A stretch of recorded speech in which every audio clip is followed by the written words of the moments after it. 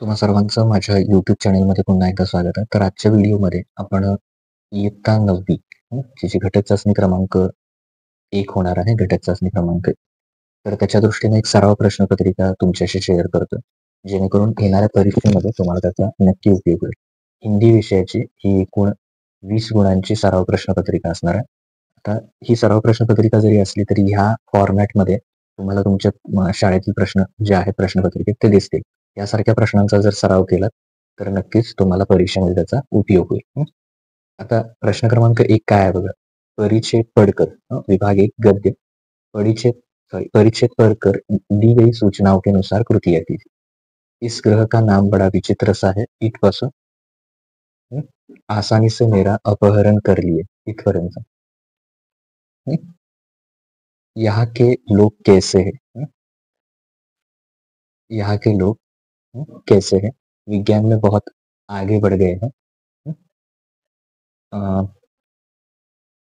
परत तुम्ही यातलं लिहू शकता.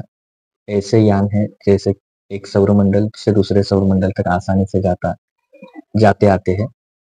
घर बना रखे है, कारखाने हैं. तर अशा प्रकारचं त्याच्यात तुम्ही लिहू शकता. कुठलेही 2 पॉइंट त्याच्यातल्या.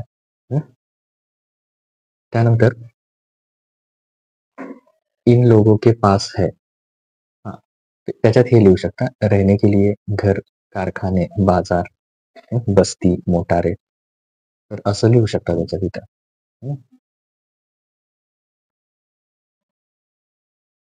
त्यानंतर स्वमत अभिव्यक्ति. परग्रहों पर मानवी जीवन पर आधारित अपनी कल्पना स्पष्ट कीजिए. परग्रहावर मानवी जीवन असू शकतं का? किंवा कसं असेल तर, नसेल तर, किंवा ते तुमचं जे मत आहे ते त्याच्याबद्दल इथं हिंदीमध्ये लिहायचं. 3 ते 4 ओळींमध्ये, 4 ते 5 ओळींमध्ये साधारण लिहायचं. त्याच्यानंतर दुसरा आहे पद्य विभाग. कविता.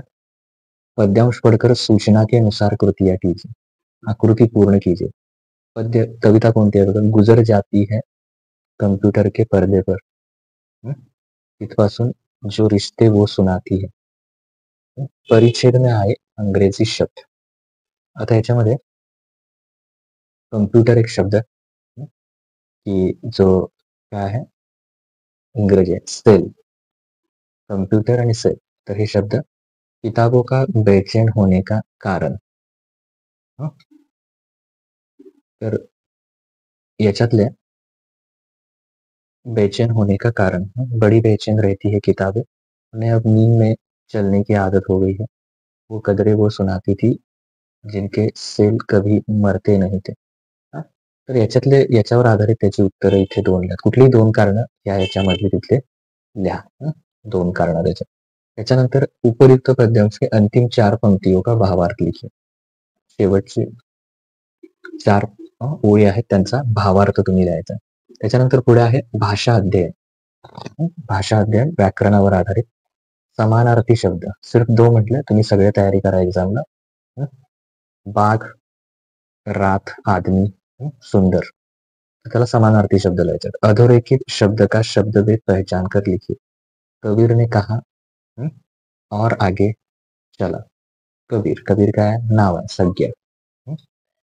त्यानंतर निम्नलिखित शब्दों का वाक्यों में प्रयोग करें. वाक्यामध्ये याचा उपयोग करायचा. गव्हर्नन्स, रूबल, तभी, अलावा हे शब्द वापरून वाक्य तयार करायचं. त्याच्यानंतर मुहावरों का अर्थ लिखकर वाक्य में उचित प्रयोग कीजिए. यांचा अर्थ लिहायचा आणि वाक्यात उपयोग करायचा. ठग लेना, व्यस्त होणं. त्याचा अर्थ आणि त्याचं वाक्य. आता पुढे याच्यामध्ये निम्नलिखित वाक्यों में उचित विराम चिन्हों का प्रयोग कीजिए और फिर से लिखिए. इथे काय करायचं याच्यामध्ये काय करायचं विराम चिन्हांचा वापर करायचा. योग्य विराम चिन्हांचा वापर करायचा आणि ते वाक्य परत लिहायचं. पहिलं काय बघा. तुम सब मेरे लिए परेशान होगे. डॉक्टर भटनागर के गायब होने का समाचार बिजली की तरह फैल गया. तर योग्य विरामचिन्ह त्याच्यात वापरायचे. तर परत उपयोजित लेखन आहे. इथे हा पेपर संपतो. उपयोजित लेखन काय आहे बघा. 4 गुणांसाठी आहे. निम्नलिखित विषयों में से किसी एक विषय पर निबंध लिखिए. 1 घंटा चांदनी रात में यदि मैं डॉक्टर होता. दोन्ही जे विषय आहेत त्या दोन्हीपैकी कुठल्याही एका विषयावर काय करायचा निबंध लिहायचा आहे. तर तयारी करताना दोन्हीची करा. एखादा विषय तुमच्या परीक्षेमध्ये येऊ शकतो. 4 गुणांसाठी म्हणजे साधारण 15 ओळींपर्यंत तो निबंध लिहा. ठीक आहे. आता एकूण 20 गुणांची ही जी प्रश्नपत्रिका आहे ती आपली पूर्ण होते. इतर विषयाच्या सुद्धा आपण प्रश्नपत्रिका तयार केलेल्या आहेत. त्याची लिंक खाली डिस्क्रिप्शन मध्ये आहे. तिथे जाऊन तुम्ही बघू शकता.